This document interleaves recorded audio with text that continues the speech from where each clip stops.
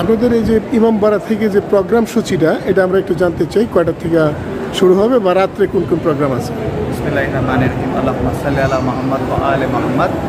আজকে পবিত্র 9 মুহররম। তো আজকে আমাদের যে আনুষ্ঠানিক সূচি সেটা হচ্ছে যে আজকে রাত আনুমানিক ঈশার নামাজের পর 9টা থেকে 10টার মধ্যে এখানে বয়ান শুরু হবে। এই রুম থেকে মেম্বারে রাসূল থেকে বয়ান হবে। বয়ান হওয়ার পর মিছিল বের হবে। 9 মুহররম রাতের যে মিছিলটা সেটা বের হয়ে সেটা নির্দিষ্ট এলাকা চত্বর দিয়ে আবার হুসেনি দালান প্রাঙ্গণে চলে আসবে। এখানে চলে আসবে। তারপর সারা রাত যাপন করার পর সকালবেলা ফজরের নামাজের পর সকাল 10টার দিকে মানে আগামীকাল 10ই মুহররম যে আশুরার তাজিয়া মিছিল বের হয় প্রতি বছরের ন্যায় এবারও আগামীকাল 10টার দিকে বের হবে। জিগাতোলার উদ্দেশ্যে যাবে এবং সেখানে পৌঁছানোর পর জোহরের নামাজ আদায় করি এবং নির্দিষ্ট কিছু আসরের আমাল রয়েছে, ইবাদত রয়েছে, সেগুলো সম্পূর্ণ হয় এবং তারপর হুসেনি দালান এই ইমামবাড়ার মধ্যে ফাঁকাশিকানি বলি আমরা, যেখানে আমরা তাবারুক খাওয়াই বসে।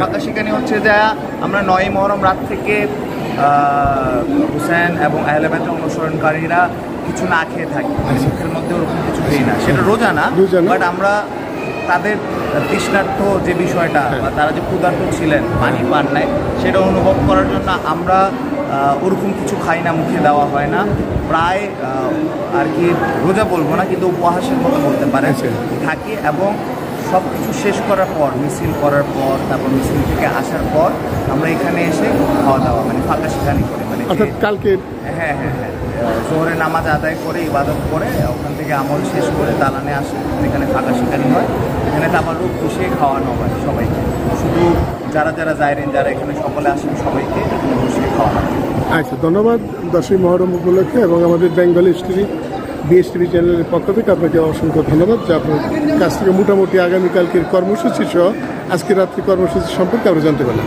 ধন্যবাদ। ইমামবাড়া মহিলা এবং পুরুষদের প্রবেশ পথ, আর এটা হলো মূল ফটক। আমরা ভিতরে প্রবেশ করছি।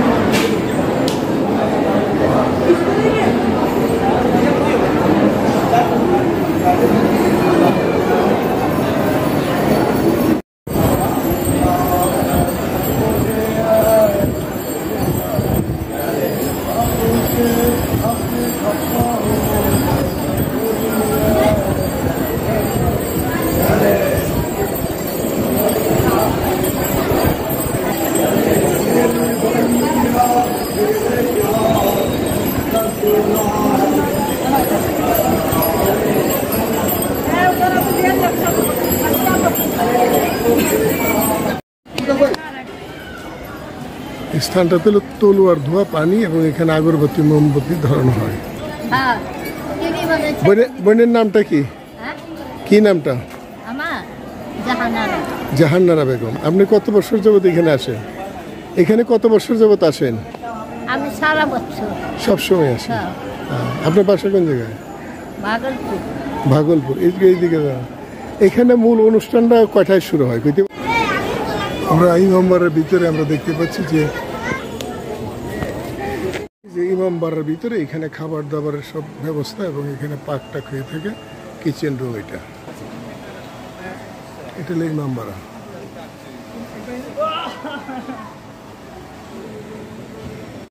আছি হুসেনি দালান ইমামবাড়া,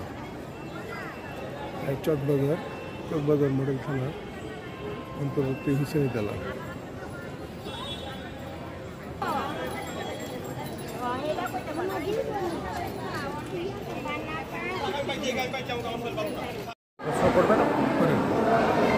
আমরা এই যে 10ই মুহররম উপলক্ষে আমরা যে বিষয়টা আমরা উপলব্ধি করতে জানি যে ইমাম হুসাইন রহমতুল্লাহ আলাইহির যে বিষয়টা নিয়ে বেশি প্রাধান্য দিয়ে এই আমাদের ইসলাম ধর্মাবলম্বী শিয়া গোত্রের যারা আছেন তারা আপনারা এটাকে প্রাধান্য দিয়ে অনুষ্ঠান করে থাকেন 10ই মুহররমের প্রথম থেকে 10ই মুহররম পর্যন্ত শেষ দিন আর কি।